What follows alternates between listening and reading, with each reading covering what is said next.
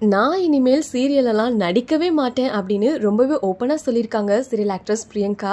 இதை கேட்டதுமே ரொம்ப அதிர்ச்சியாக இருக்குது அப்படின்னு தான் சொல்லணும். ஏன்னா கேவி ஃபேன்ஸுக்கெல்லாம் பிரியங்காவை எந்த அளவுக்கு பிடிக்குங்கிறது தெரியும். ஸோ அவங்கெல்லாம் எப்படா மறுபடியும் இவங்க சீரியலில் வருவாங்கன்னு வெயிட் பண்ணிட்டு இருந்த நேரத்தில் இப்படி சொன்னது ரொம்ப ஷாக்கிங்காக இருக்குது. சரி, என்ன சொல்லியிருக்காங்கன்னு பார்க்கலாம். சின்ன திரையில் நடித்து புகழ் பெற்று அதுக்கப்புறமா வெள்ளித்திரையில் நடிக்கிற வாய்ப்பை பெற்ற நடிகைகளில் ஒருத்தவங்க தான் நம்ம பிரியங்கா குமார்.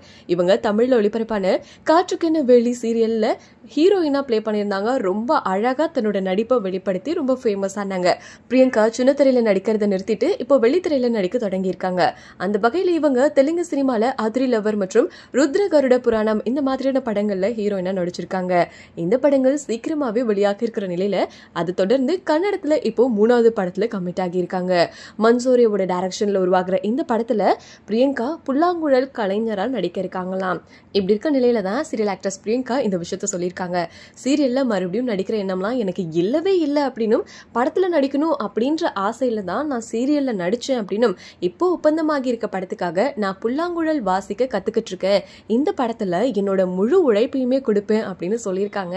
சினிமால நடிக்கிறதுலாம் ஒரு பக்கம் இருந்தாலும் சீரியல்ல நடிக்கவே மாட்டேன்னு சொல்லிட்டீங்களே அப்படின்னு ஃபேன்ஸுக்கெல்லாம் நிச்சயமா வருத்தமா தான் இருக்க போகுது.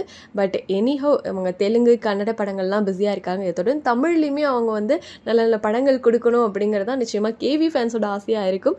ஸோ இதை பத்தி நீங்க என்ன நினைக்கிறீங்க? பிரியங்காவை எந்த அளவுக்கு பிடிக்கும்? நீங்க என்ன நினைக்கிறீங்க? அவங்க சீரியல் நடிச்சா நல்லா இருக்கும்ன்றீங்களா, இல்ல சினிமா தான் உங்களுக்கு கரெக்ட்னு நினைக்கிறீங்களாங்கிறது கமெண்ட்ல சொல்லுங்க.